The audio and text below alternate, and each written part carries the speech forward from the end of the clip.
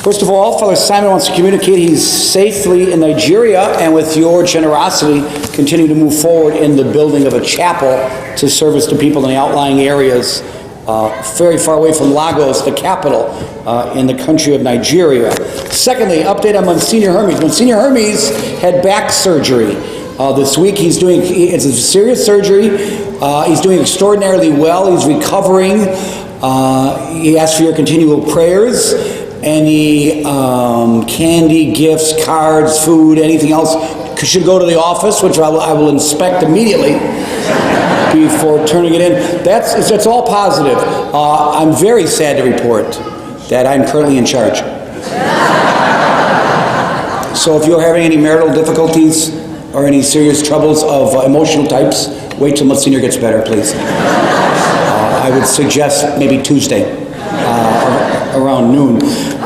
More announcements. We're recognizing a group. There's religious education for those with disabilities or special needs. There's going to be a special prayer after Mass. There's going to be a breakfast to all the parents of children with special needs, to all the young adults with special needs, to all those who volunteer and help. Our prayers, our gratitude. I think most people in church today have very little. And I know myself, at times, no idea of the sacrifices you make and of your commitment, which is enviable and to be honored. And I commend you for that. And we'll do a special blessing after Mass. This is an announcement on 7:30, 9 o'clock. What's the date, Mike? November 7th. November 7th is the McHenry County Pro-Life Prayer Breakfast at the Holiday Inn, November 7th. Tickets are for sale after Mass. He's a very ambitious man. They can hold like 600. They sold over 400. And it's a big event at the Holiday Inn once a year, the McHenry County Pro-Life Prayer Breakfast. They'll be selling tickets after Mass. There'll be a Mass here at 7:30 that day with the bishop, right? And then we're all going to go over to the Holiday Inn and have the speakers and have a good old time with that. Okay, 3 points. James and John went up to Jesus and said, hey, put me one on your left, one on your right. They wanted power and authority. Jesus' response was, I can't give you that. Those positions have already been chosen for somebody else. In my opinion, this is not doctrine or dogma. This is my opinion. Who sits on his left and who sits on his right? Jesus's. I've done this before. Who paid attention? Who sits on Jesus' right hand? Peter and Paul. Thank you very much. And thank you for the guts to speak up. Thank you. Peter and Paul. Why would you say that, Father? Jesus gave the keys to Peter. Significant of passing on authority. That would be where we get the expression, anybody? My right-hand man. Now, feminism, which all good intentions, my right-hand person. If they fail, though, it's a right-hand man. Why is the devil always a man? Why isn't it a 6-foot-tall blonde woman? It's always a man. He made me do it. He tempted me. What about she? Anyway, okay, so Peter and Paul. I like that. Here's the homily. Oh, no more announcement.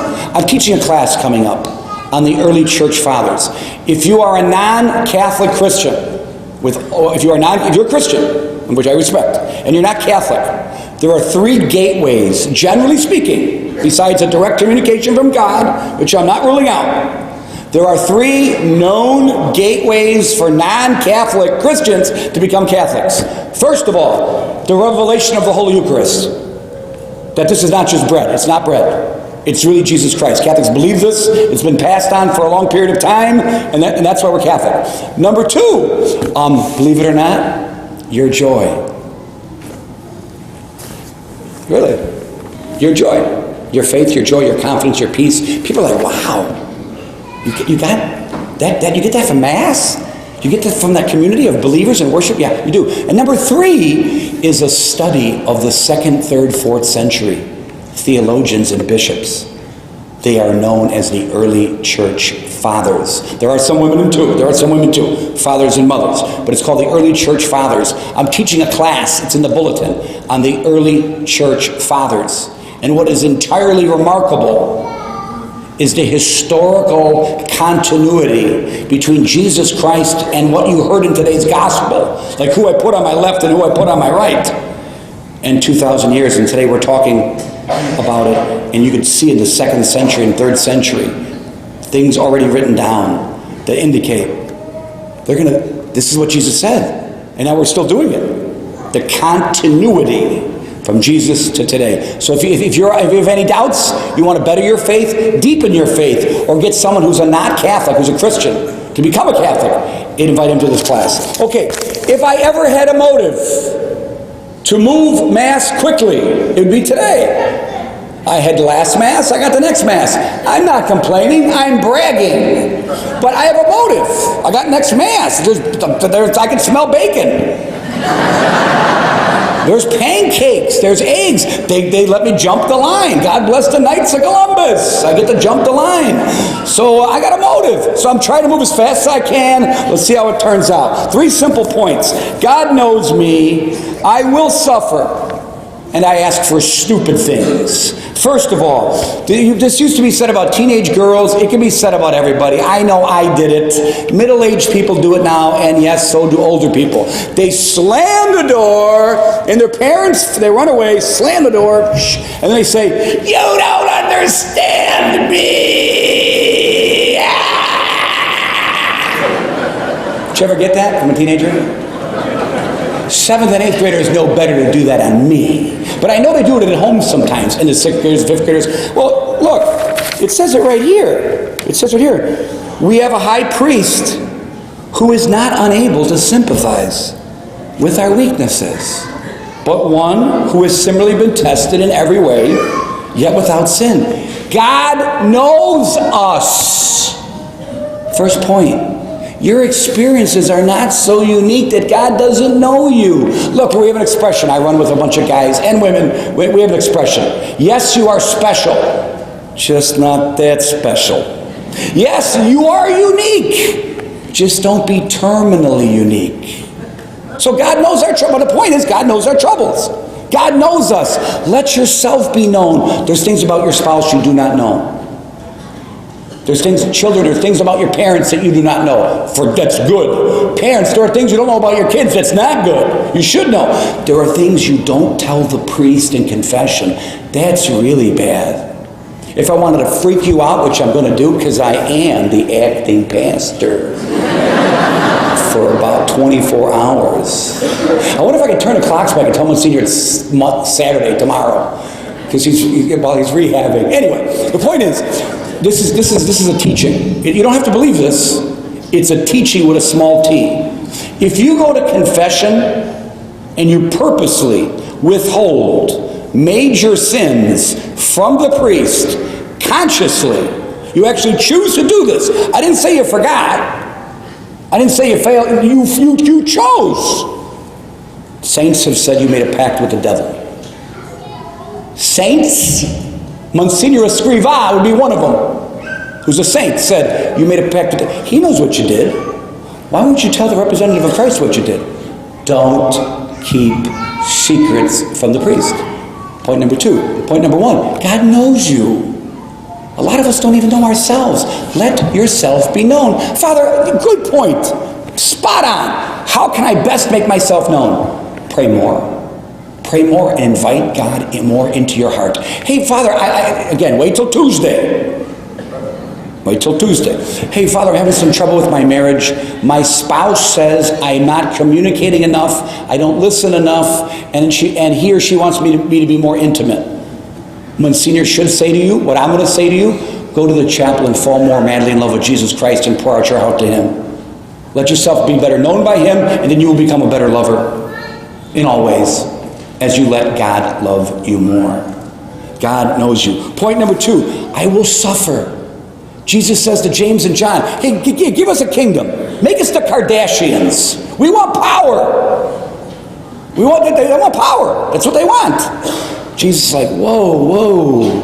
Easy on the power trip here and the popularity trip.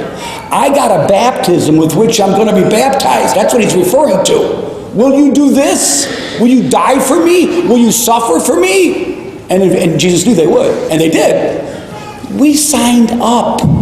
Those of us who are conscious enough to know when we touch the holy water to remember our baptism, we signed up to follow Christ. It involves suffering. Your boss and spouse are at times going to misunderstand you. Your children, your parents at times are going to feel like they're testing you. Your physical ailments and pains and illnesses are going to feel like a cross at times. A cross at times. And I got you. I'll give you a little self-pity. I'll give you a little room to do some self-mourning, but just a little. Not too much. Don't engulf yourself in an ocean of self-pity and poor me and why me, and we know it's going to come. People may falsely accuse you.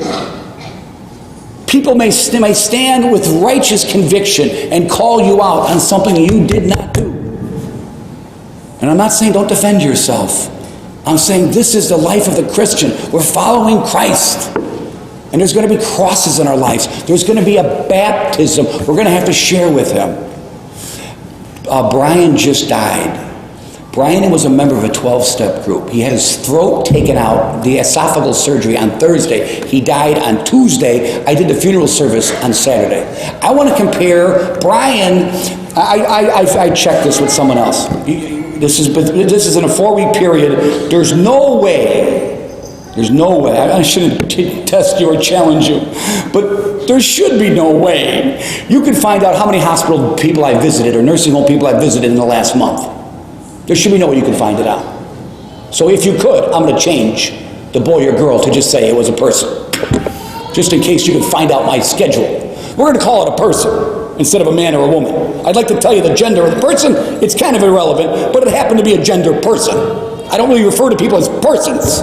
They're male persons or female persons. We're going to call this person a person, okay? Brian had a rough go of things. He drank too much. He was public.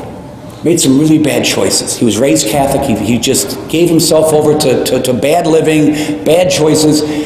He got his life back together. He did. I know Brian. I did his funeral service yesterday. I don't recommend this, but I walked into Davenport Funeral Home. Place was packed. Glaring, that's the wrong word. Blaring, what's music when it's loud? Glaring or blaring? Blaring. Blaring from the microphone system was Jimi Hendrix. That's who he was. Brian accepted his death and died nobly and sober and well. This other person I visited recently was Catholic to the hill. Checkbox, checkbox, checkbox. Sunday Mass, donations, helped around. I'm sure people are going to say nice things. It might be me doing the funeral. I'll say nice things. This person did not want to die. They were miserable. They were clawing and fighting. The end is near. I'm not making a judgment.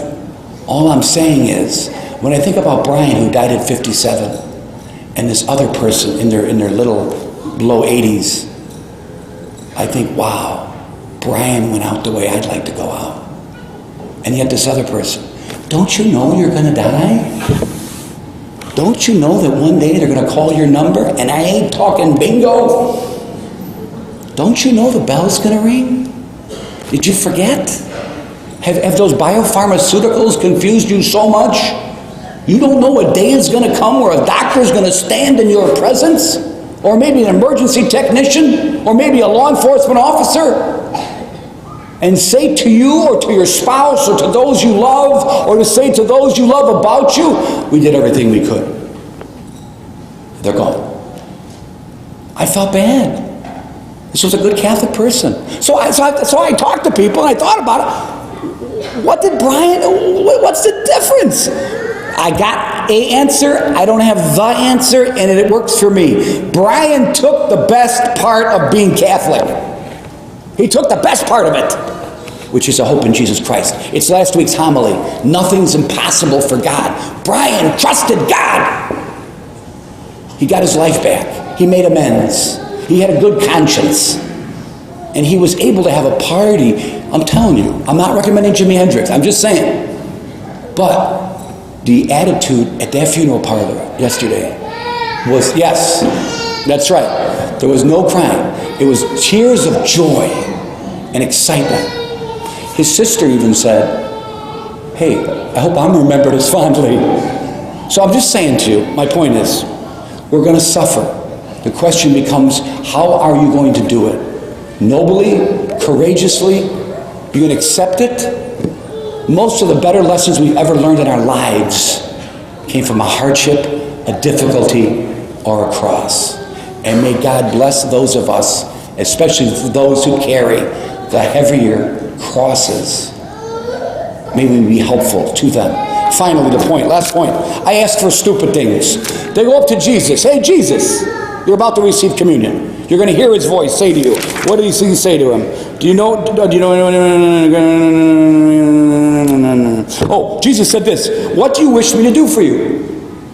When you receive Holy Communion in a very short amount of time, will you please hear that question played into your heart through the ears of your heart? The ears of your heart. Hear it deep inside of you. Jesus asking you, what do you wish me to do for you? Hey, I want the hope Brian had. I want the love and service the parents of children who have disabilities have. I want the work ethic of a Monsignor Hermes, or the organization and leadership skills of a Monsignor Hermes. I want I want the prayer life. I want the prayer life of someone who's committed to the chapel. Know what to ask for, because I ask for stupid things all the time. Why waste, and I'm sorry, why waste God's time? You're about to receive communion. Ask for something big. Hey God, strengthen my faith. Hey God, grow my hope. Hey God, help me love more. Hey God, if the cross comes, and I know it will, make me look forward to the resurrection. God, if I walk through the dark valley, let me feel your presence. Let me fear no evil. Let me know you're by my side. And let me know with extraordinary, supreme certitude and confidence, when I breathe my last, I will awaken to a banquet of love that goes on forever.